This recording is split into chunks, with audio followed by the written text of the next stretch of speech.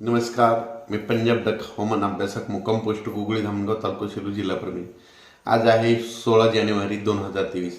आजपासूनचा प्रत्येक शेतकऱ्यासाठी आनंद देत आहे, कारण की सध्या शेतकऱ्याचं हरभरा गहू पीक आहे म्हणून ते एक अंदाज देण्यासाठी देत आहे. तर सर्व शेतकऱ्याला सांगू इच्छितो, आज म्हणजे 16 जानेवारीपासून ते जवळपास म्हणजे 28 जानेवारीपर्यंत हवामान कोरडं राहणार आहे. राज्यात कुठं पाऊस येणार नाही, त्याच्यामुळे काही चिंता करायची गरज नाही. पण एक सांगू इच्छितो, राज्यात आता म्हणजे जवळपास 28 जानेवारीपर्यंत दिवसा देखील थंडी वाजायला सुरुवात होईल, म्हणजे दिवसा गार लागायला सुरुवात होईल, म्हणून हा अंदाज लक्षात घ्यायचा. राज्यात 16 जानेवारीपासून ते 28 जानेवारीपर्यंत हवामान कोरडं राहणार आहे, म्हणून हा अंदाज लक्षात घ्यायचा.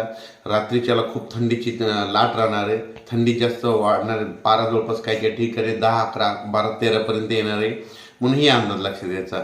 पण त्याच्यानंतर दिवसा देखील म्हणजे उत्तरेकडे म्हणजे दिल्ली हरियाणा भागामध्ये उत्तरेकडे तीव्र थंडीची लाट असल्यामुळं उत्तरेकडे वारे वाहत असल्यामुळं आता राज्यामध्ये आपल्या थंडीमध्ये वाढ होणार आहे, म्हणून हे अंदाज लक्षात द्यायचा.